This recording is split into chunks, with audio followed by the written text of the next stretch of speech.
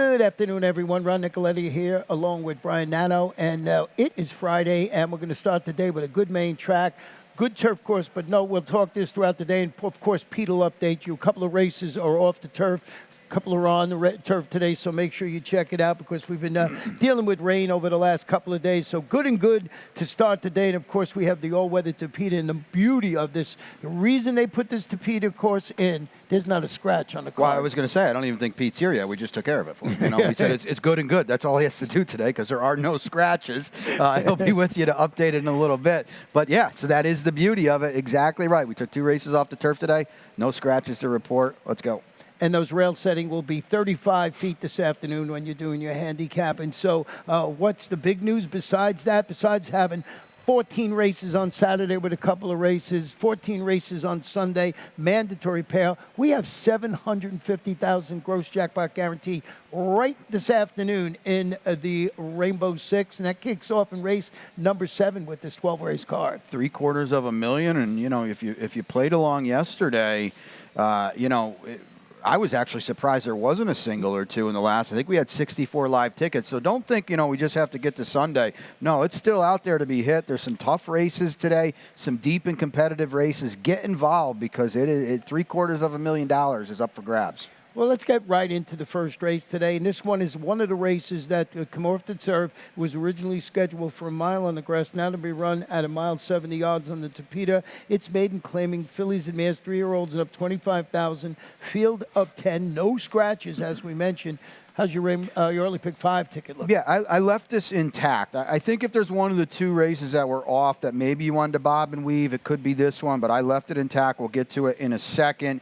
In race 2, it's just an $18 play. Keanu, who's got the experience in the 2-year-old race and is now in with Florida Breds, a 3x1x3 late pick 3 to end it. Number 4, Sassy But Smart in the 3rd. My best bet of the day is Frosty Breeze in the 4th. And then in race 5, 3 deep. But this is the one I think that it's on the Tapeta. To me, I think the major players actually get enhanced a little bit. Top pick is Rocket's Sister, second out for Safi. Yeah, I got my long shot in that race. We'll talk about that a little later on. This first race, as I mentioned, going to be run on the all-weather Tapeta here. And the current 3-1 favorite, tepid favorite right now, is the number 4 horse, and that's where we'll start the analysis. I had this one on top, and I kept it on top, and I'll tell you what, why. Debuting on the Tapeta and breaking from the rail today, running, prompted the pace last time out, finished second against Similar, going a mile in the 16th on the turf. Marcial Navarro claimed her last time out. He's got leading rider Miguel Vasquez in the saddle, and I just thought this horse off that performance would run well. I mean, the unknown, a lot of horses in there, how they're going to handle the all-weather surface. Broke from the rail last time, now getting a little better post, I believe, today. Yeah, and you know what I like too? She was 30, basically 30 to 1. 31 to 1 on debut, and you kind of thought, well, maybe it's a fluke. I don't know. No, she backs it right up. Last time she runs second again. Now she's in a barn that doesn't have a huge sample off the claim, but is 2 for 17. So the barn is, can do this. And you said it, Miguel getting aboard. There's got to be some intent here that they like what they have. Well, the barn that's been on fire is the horse that you have on top this afternoon, and that is the number 7, Queen Cupid. Coming off a couple of, showing progress in each recent race, going 7 furlongs on the dirt. Yeah, exactly. Peter won another one yesterday, Peter Walder, and this horse does have Tapeta experience, and didn't run very well on it. I understand that, but that was also with Carlos Perez. 2 starts for Peter. The last one really stands out. You see sprint to route as well, 27% and 28% maiden claiming ranks. I think this one's going to be very, very tough, and I'm not too worried that she didn't handle the Tapeta. And the inside horse, Hard-Spun Woman, is dropping level and claiming scale. Finished that workman like 4th against 35 maidens on the turf. Mike Maker, Edwin Gonzalez. Yeah. That was the reason I went there with that horse. Yeah, she's the house horse. She's proven, but you know what? The losses are also starting to add up. Race number 2, 4.5 furlongs, maiden special weight, 2-year-olds in here, and a pretty nice race in here. And I went the same way you did with the number 3, Keanu, just because of the experience angle. Yeah, exactly. And listen, we've run some very, very good 2-year-old races already at the meet. I think Abapio and some really, really solid horses. This one here, I think this is the one where Keanu can really take charge. Florida Breds today, after being an open company in 2 starts, ran very, very well. well behind Bapio last time. Has got that experience edge. Showed a lot more speed last time, too. Well, the number 2 horse in here, Animestic, is a son of Buchero. And Animestic, I said, I got to look it up, what it means. And after looking it up, I still don't know what it means. It's some kind of medical term in here. This one, the son of Buchero, debuting for Kelsey Dana. Solid workout showing up at Palm Meadows. Found the stat on Kelsey real quick. 2-year-old first-time starters. 6 for 35, 17%. 35%, 17%, 16 for 6 for 35, 17%, 43% in the running, 239 for the return investment. I finally got it out. I was just, you looked it up, but don't know what it means still. That means it's very, very important, probably. Way over our heads, too. The dam was over 3, third full, a half to Braccio D'Oro, who we know a little bit, that's done some good work and did win his debut, by the way. So maybe there's some precocity here in this pedigree. And you got the 4 Eagles, was a gelded son of Kozan debuting for Kathleen. Yeah, I mean, the dam was 2 for 13, but did win on debut. 5th full out of the dam. The other 4 were not much, but you mentioned it. Kathleen, Miguel Vastos getting aboard. That's just to pay attention. Let's go to race number 3. This one about 5.5 furlongs on the Tapeta. Starter allowance, 3-year-olds and up. Started for 16 or left. No scratches in this race. We got our exacta flip-flop. Let's go. Well, not really. I got the 5 in second. Well, let's go with your horse on top. 4, Sassy But Smart, is stepping up after returning from about a 5-month layoff. I'm just riding the Peter Walder wave. He popped for me yesterday at about 8:40, I think, and Sassy But Smart. Listen, run once on the Tapeta. A pretty darn good effort. Now we're back again.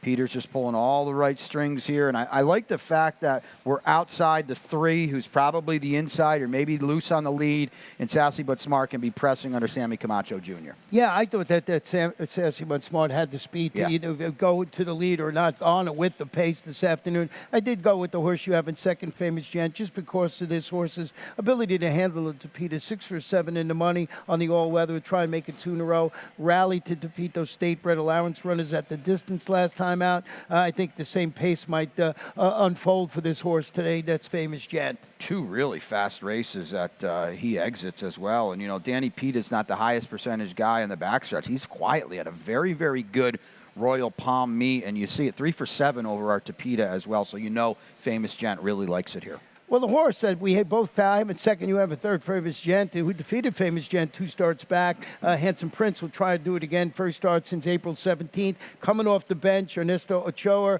Jose Morelos handling the rematch. Well, you know, where's this horse been? That was my thought about it. Not that it's been that long. No, that's fair, but a lot like Sassy But Smart. Just look at the last race. It was his only one on the Tapeta. It was a heck of an effort. Yeah, good. So good performance by that horse. Let's go to race number 4 this afternoon. And this one is a 6-furlong sprint for maiden, claiming 3-year-olds. 12-5 is the 3-year-olds and up. No scratches once again. And Brian, take it away with Frosty Breeze, who's dropping to the 12-5 level. Yeah, this is one of the races we brought back after we lost them last week. And we've got a replay to show here, too. There's not really a lot going on other than that this horse just never really had a fair go of it. Down inside off the long layoff and is basically dueling throughout. This is the number 2 horse, so we break at half a step slow, and now it's just going to kind of get buried down on the rail, and it's really, you never want to be inside speed when a few of them are pressing and dueling with you to the outside. I think it was relatively predictable that he packed it in, although he didn't really quit that badly. He was beaten only 6 1/4 lengths, and again, long layoff. The other thing I like here too, Ronnie, not only now today are we inside to outside, I like that a lot. The other thing is we're dropping in class, and I just think that Efron Loza, this barn, is going to come back now. We saw a win yesterday. This is a very high percentage barn that's kind of been very quiet, in 2022. I'd say look out. Yeah, Jesus Rios handling the drop down, and that's what I thought with the drop down. And I always respect the work that Efren Loza Jr. does. I went with the number 2 in second, Carrot or Carrots, who's back locally after threatening to break his maiden. A series of 10 claimers going 6 furlongs on the Tampa main track for Kathleen, Miguel Vasquez, but 0 for 10, of course, is a concern. Yeah, and the other concern is he might pull the same trip that Frosty Breeze pulled last time, because he's not going to get a breather down inside. Frosty Breeze to his outside, laying on him the whole way. I've got him a little further down in third. The 4-horse Manakua Bobby is debuting locally first start, closed to finish third behind the horse we were just talking about. Yep. And he's going to get a good flow today. There's no doubt about it, because Frosty Breeze is going to be involved throughout. We already talked about Carrots or Carrots. Minister Quinn's in between them, and he's going to go in some way, shape, or form too. Manikabadi, he's going to get a pace to run into. Well, that is race number 4. Now, race number 5, please note that this one's originally scheduled for the turf this afternoon. Will be run about 5 furlongs on the Tapeta, maiden special weight. Fillies and mares, 3-year-olds and upward, and I'll take it away with my long shot. And here, I believe 12-1 on the morning line, and that is Talking Tipsy, and I'll tell you about why. I actually like this horse a little bit more with the race move to the Tapeta today. Not that this horse has run on it before. Wheels back, got parked wide, finished 4th. So if you went back, it's a little wide in that race. That was her debut on the Tampa main track. But that race turned out to be a monster key race that's produced 4 next out winners from 6 starters. So I thought she was worth the flyer at a price. She was certainly, ran in a good spot there. Luca Panici for Jimmy Gullick. I thought maybe with a price horse, 12-1. I love those key races, and this certainly was a good one. Yeah, and not only that, we haven't talked about it yet. There's a lot of speed in this race. This one here figures to be settling early, making a late run. So, I'm not disagreeing with you. And as you said, 4, you can see the 2 of them in the form, but then you dig a little deeper. 4 of them have come back to win after a wide trip. We go outside to inside today. We can save all the ground, hopefully find some room off the far turn. Yeah, and I just thought looking for a little bit of pizza. It was going to be interesting to see how the horse would have handled the turf. Yeah. That's not going to happen today. You did go to the outside. No, is this your topic all along? With I didn't change anything because, as I said, I think all these horses that I had, 6, 4, 2, 7 for me, they're fine and maybe even better. We don't have to worry about any questions now. Rocket Sister, excuse me, ran on the Tapeta on debut for Safi. Freedom Speaks, who we're probably going to see tomorrow for Ronnie Spatz, just ran off the screen on debut. Wow, how good she. Safi, 10, 12, 13% on debut. Well, we know he's 29% second start, so I think Rocket Sister moves forward in a big way, and a lot like your horse down inside. She's going to like the flow to this race, too. The number 4, Fulton Market, comes off a duel for the lead, 3rd against special weight foes. That was going 5.5 on the Tapeta for Tommy Proctor. You get an Embassy El Jaramillo handling. I thought this was a good spot this afternoon, especially with the move to the all-weather surface. Republique, the half the Rombauer for Safi, comes right back and wins going 2 turns, and she's going places. So that's a good 3rd last time. Maybe the speed of the speed, and Emisiel will take advantage of that. Yeah, so we'll see if my long shot can run well here, knocking heads with some really nice horses in race number 5. In race number 6 this afternoon, we're going to stay on the all-weather Tapeta at about 1.70 miles, claiming fillies 3-year-olds or 4 and up, non-winners of 3 races in life. $8,000 is the claiming price in race number 6. And boy, number 8, Perfect Kimberly S.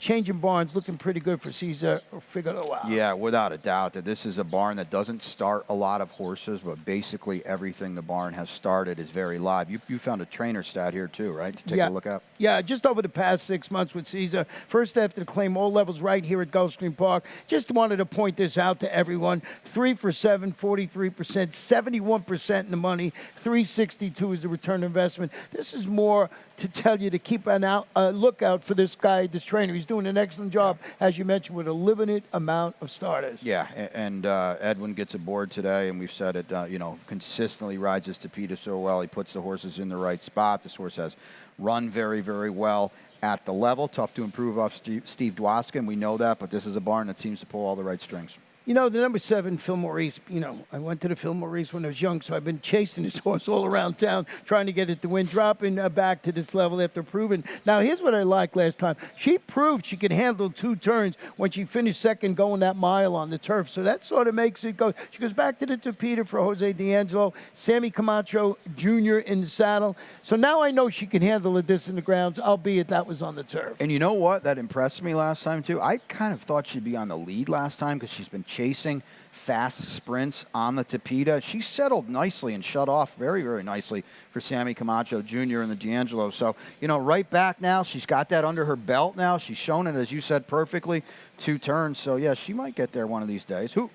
Hendricks you saw at the Fillmore? Was that? I did see Hendricks at the Fillmore, cool. Yeah. One of many. Number 6, Mongolian Mission, goes to the Jose Gallegos barn after the claim, finished 3rd, ahead behind Perfect Kimberly S. last time out, Jose Morelos. Did you ever see Orleans at the Fillmore? No. You can But see him right here, you know. he said, yeah, they'll be here in July something, right? And I seen him do all along the Watchtower. First time he ever did it in person. Yeah, so. Yeah, Mongolian Mission's in the mix here as well. Another horse with the tactical speed, proven on turf, got to the Tapeta last time, ran very, very well, so we'll see what we get today. Well, we're going to take a short break, and we're going to come back with some more musical interest here in race number 7. No, we'll have my Rainbow 6 ticket. And they're off. Second in the 2-path. Round off her inside. Race.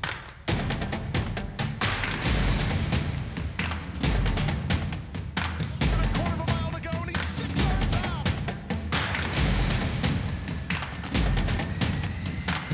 Last of the 12 as they roll into the backstretch. Master horse racing with the power of daily racing form. DRF has helped players win at the races for 125 years. Now the information you trust is better than ever. Get exclusive late-breaking news from our reporters at tracks across the country. Position yourself to win by adding buyer speed figures and the new DRF formulator to your handicapping arsenal. Go to drf.com today. Use coupon code DRF2020 to get a free formulator card and start winning. Welcome back to Gulfstream today, Ron and Brian. Race number 7 today. Big news about the Rainbow 6, of course, with a $750,000 gross jackpot guarantee this afternoon. Kicks off right in race number 7, going 5 on the Tapeta. Let's take a look at my ticket, $43.20. 147. We'll talk about the 7th in a little while. Freedom Matters, I thought, was a logical contender, but I'd used Lamplighter Jack and Performing Arts in the second leg. Just too deep in race number 9 with King Cairo and Triple Jeopardy. And then we got a really nice stakes today, the Bay Harbor Islands. I'm just going with Miss Aramet and Running Memories. I know there's a couple other ways you can go. I thought those were the logical too. Race number 11, it got some coverage with Yes, I'm a Beast, Panther Island, and Unified Quest. I think the number 9 Forever Super is going to run good off that maiden performance last time out. But I say with Cash in a Flash, that's the other one from Mark Cassie. Uncle Mo, I see that. I like to bet it. We're back to the standard. I like it. You got a little away from us there at the 57, I think 60 it was. But I like this here.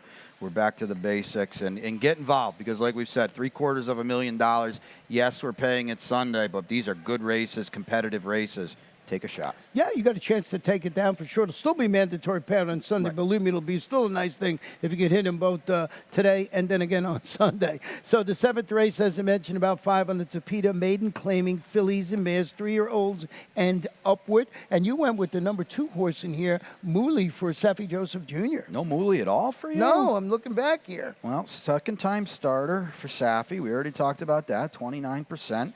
The maiden claim special weight drop to maiden claimers, 38%.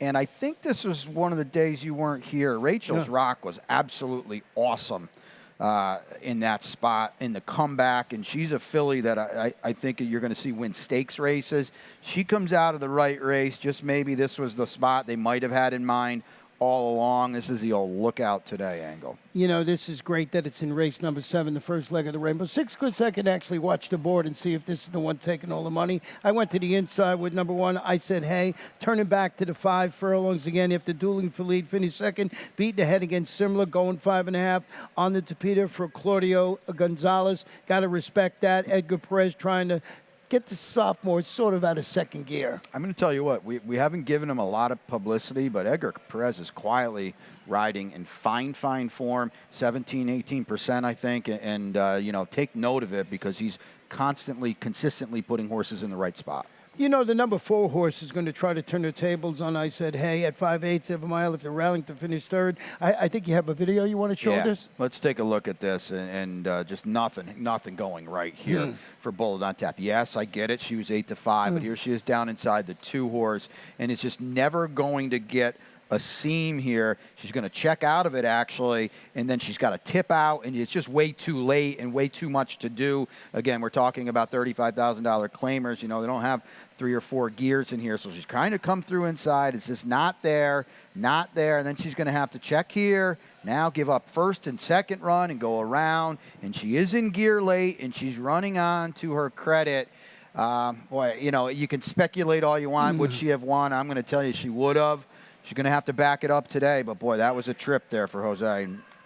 Yeah, when you see that, it sort of like points out that she certainly had the trip where I said, hey, just had the, the cruise on the inside. What about the number 7? I used on my ticket, Shawnee Princess, debuting on this surface today and dropping to the 35 level. Dual Fleet finished 4th against Maiden Special, going 6th on the main track for 1 area. Chantal Sutherland handling the surface switch. I like that race this horse put together last time out, albeit on the main track. Well, I agree, and she's outside speed today, too. So she comes out of the same race that Mooley did. And, Chantel's going to look to her left and see what's going on, and it's going to give her some options. She's one of the newcomers in this race that we brought back, too. So I think that's noteworthy as well. It just depends on, does she get caught up in the pace, or can she settle a little bit better than she did last time? Let's go to race number 8. This is going to be 1 mile. The turf course is good, and please note the rail setting is 35 feet. It's a starter optional claim of 4-year-old started for 16 or less with the optional tag of $16,000. Late pick 5. How'd you say it? I could have played this for about $160 if I had my druthers, but we'll go for 40. A spread here. This is a funky ticket, admittedly. Number 8, Triple Jeopardy off the Jorge Delgado claim in race 9. The deep spread is in race 10. I'm going to try to blow that race up a little bit. We'll get to it. The really, really good stakes we're running today. Yes, I'm a beast. I'll come right back to for Rohan, looking for 3 straight, and then another spread to get out in race number 12. Mr. Leonardo Muhammad Mubarak off the claim. Mohamed Mubarak is still trying to get off the duck, but his horses have been right there at the wire. Getting back to this 8th race, as I mentioned, this one is on the turf. The turf is listed as good. I'll start with my horse in here, and that's Freedom Matters, who's stretching out to the mile after setting a pressured pace. Finished 2nd behind Mr. Stakes runner-up Iman, but in front of the winner of that race, the Mr. Seal. Me and Mr. C will see them back on Sunday. That was a $62,500 claimer. Safi, Edwin Gonzalez dropped down. This horse has been knocking heads with stakes competition. Yeah, and Iman should have won that stakes last time, so you could even say he was a stakes winner. Everything points to this horse. I just thought there was other speed in here, so maybe Edwin's going to have to work out a trip. Not that this is a need to lead horse by any stretch of the imagination. I used him defensively, though, because I just felt like the flow of this race could be a little slightly up against him. Well, the horse you do have on top is the number 7 horse in here, Performing Arts, who's in for the $32,000 tag today. Yeah, let's take a look at his last race, because I thought he ran sneaky well behind a pace that held. The horses that are in front, 6-7, it comes in 7-6. Here he is out the back, and it's just not really ideal. He's got a little bit of traffic problems, and again, the flow of this race, 51-2, they're just absolutely walking the dog on the front end, dominate the moment in 7 channels. So it's clearly Performing Arts is way, way up against it behind this kind of flow. They went 49 to the half was, the corrected time. Still, that's not doing him any favors as well at all. He's 10-1 in this spot, too. But what does he do, Ron? He comes running on for third. He threads the needle here a little bit, sifts his way through. I thought this was the kind of like under-the-radar type of effort. And today, I feel like he's going to get a better flow today. Maybe he can surprise at what should be. He's my long shot play of the day as well. I think he's 8 on the line. 8-1 on the morning line. Leonel Reyes will be in the saddle. The number 4, Lamplighter Jack. I wanted to talk about this horse briefly in here. This one is 2 for 4 on the turf. It's going back to the grass after reeling off back-to-back victories against allowance-level competition, going a mile and 70 yards in the Topita. What did I wanted to point out? Now, you can take this any way you want. Joe Orsino, with horses over the past year going from Topita to turf, is 0 for 16, 38% in the money, but just food for thought up there because horses ran exceptionally well in his last 2 races. And have you mentioned a couple of times, Joe Orsino, the bond's been going good. Listen, this horse is a buddy of mine. He's been very, very good to me in his last 2 races. Both of them were wins. Joe tried to get him on the turf last time. It didn't work out. He's one of the reasons, Ronnie, that I thought it could be problematic for Freedom Matters because Lamplighter Jack, whether he wins or loses today, they're going to know he's in there and he's going to be up front. Let's go right to race number 9 today. 1 mile claimer, 3 or 4 and up, non-winners of 3 races in life. This one is a mile, as I mentioned. No scratches in here. And you went with the number 8 Triple Jeopardy. I think this was one of your singles. Yeah, and this was another one. This is a newcomer to a race we brought back. We're off the claim for Jorge Delgado. Miguel Vasquez is here. He's 33% off the claim. I love being outside at this elongated one-turn mile. Gives him so many options. Yeah, he immediately drops to the $6,250 level for Jorge Delgado. But what about the number 5, who we got our exacta flip-flop, King Cairo? A recent reclaim by Jorge Delgado. He wheels back. He finished second at this level in distance. The barn is 36% with we'll call them new old claims because he claimed it back. He's got Chantel Sutherland in the saddle today. I just thought these two horses were the logical two in here. Reclaim times 3. 3 times he went back to get this horse. So, he obviously likes him. Yeah, so we'll see how that runs. And that's the logical exactor in there. Stakes action in race number 10 this afternoon. I got to hear this from Brian because he had about 18 horses he used on his ticket there. 5 furlongs on the turf, handicap, fillies and mares 3 and up, $60,000. It's the Bay Harbor Islands.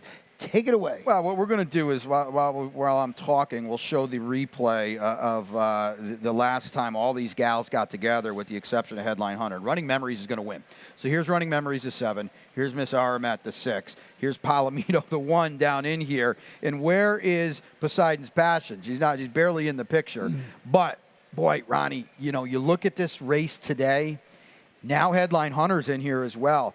Boy, there's a lot of speed. And I thought Poseidon's Passion was up against it in this spot. She's down inside. I don't necessarily think she loved being in there either. She ran 4th. I admit readily it was a non-threatening 4th. She's also going to be a big number today.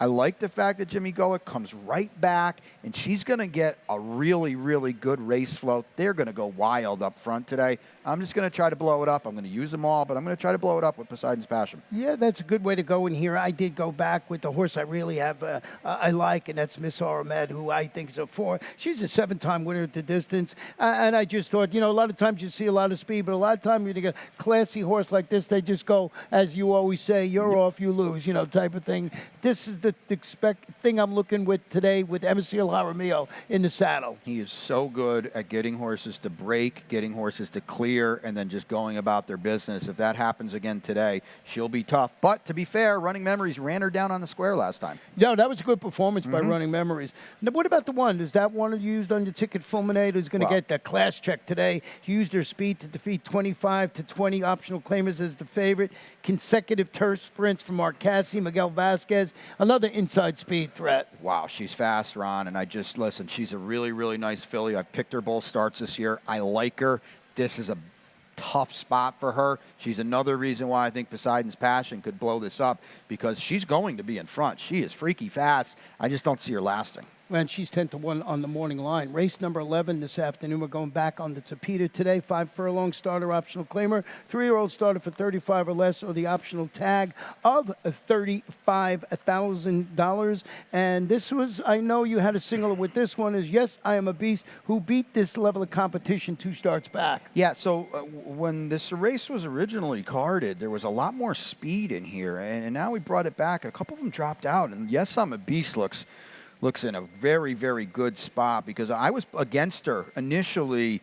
Now, she's probably controlling anyway, but regardless, she's drawn in the perfect spot. I don't really see anybody running with her. Who's on her? Amiciel again, so adept at getting horses on the lead. Rohan just keeping on.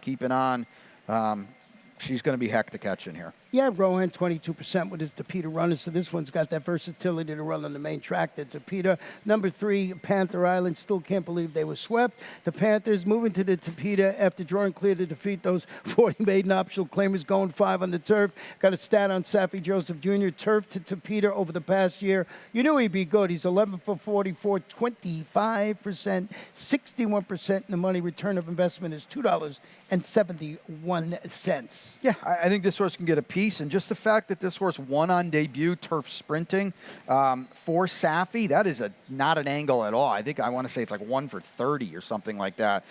And we know how good he is with second-time maidens. This horse could really, really move forward in a big way. And what about Baron Sesco? Yeah, he's all right. He's going to need some pace, but he got to win for Antonio last time. Antonio does a very, very good job on the Tapeta. Probably one of his stronger angles. He's run second on this surface.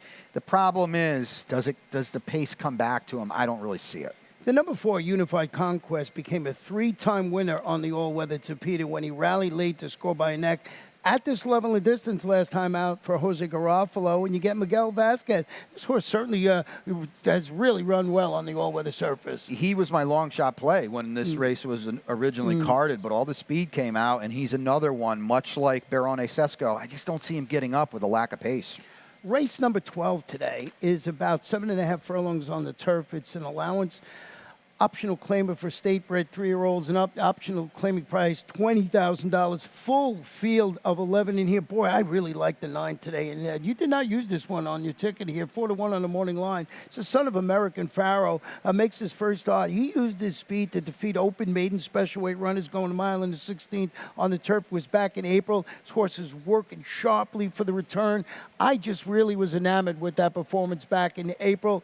American Pharaoh, the sire. I just thought coming back, I wasn't scared of anybody. I know it's a recent made winner. Maybe I can get this job done today. Well, you know what I found interesting? We got stablemates, Cash and a Flash and Forever Super, Live Oak, both of them Live Oak homebreds. They both want to be involved early. That's why I tilted towards the off-the-pace runners in here. I felt there was a pretty honest, sharp pace shaping up. We'll see what happens. You know, things can change in a hurry when they open the gates, but I thought maybe these two could potentially cancel each other out on the engine. First off, the claim by Mohammed Mubarak with the number 7, Mr. Leonardo. I thought I was being crafty, and then I saw this horse at 9-2. I wanted to make him my long shot, but he's a little less than that, so we steered clear. I looked back at that turf race in March.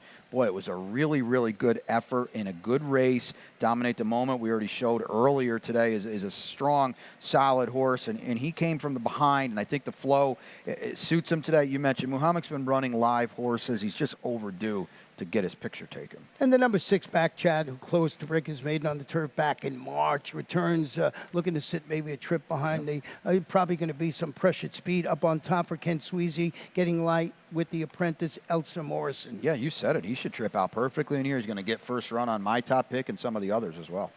Well, that is how we see this exciting 12-race card, but we're not done yet. We have a lightning round to get to, and Brian, take it over. Yeah, we're all over the place here because we do have a lot to get to. Post times first and foremost. You know we're already 1:15 today. We got 14 tomorrow at 11:45, and then we've got 14 right back on Sunday. That's a noon post on Sunday, okay? A noon post on Sunday. That's when we pay the mandatory out. We'll talk about that again. So you'll see Ronnie and I fresh as a daisy tomorrow morning.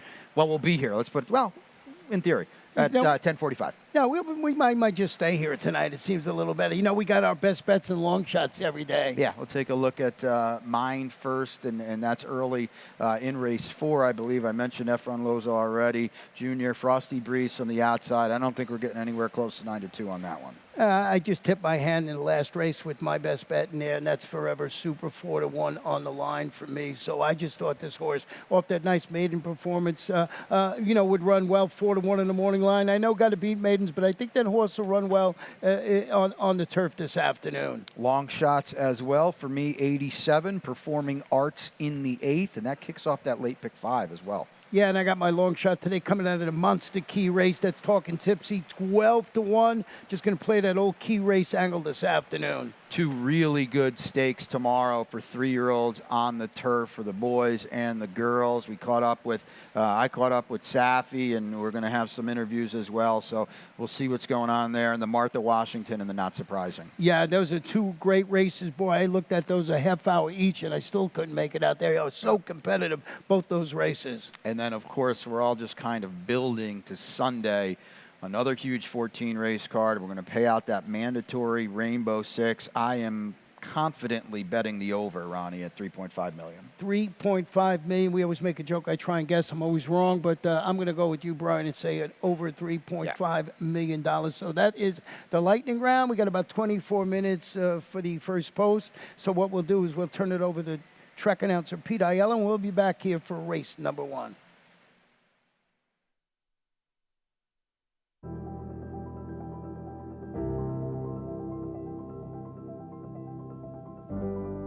The Thoroughbred Aftercare Alliance is really the vehicle for the transition for our racehorses coming off the track into a second career and safe environment for these horses when they're done racing. I've been passionate about racehorses my whole life, animals in general, and without the TAA to provide that oversight, there would be a big void in terms of making sure that we have this ongoing safe environment for our off-the-track racehorses.